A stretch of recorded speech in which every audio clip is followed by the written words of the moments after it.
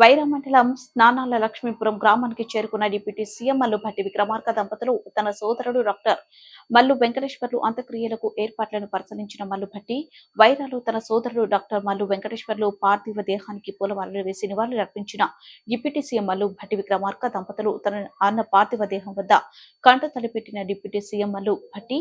ఢిల్లీ అధికార ప్రతినిధి మల్లు రవి పలువురు పార్టీ నేతలు అధికారులు స్వగ్రామం స్నానాల లక్ష్మీపురం గ్రామంలో డాక్టర్ మల్లుకు అంత్యక్రియలు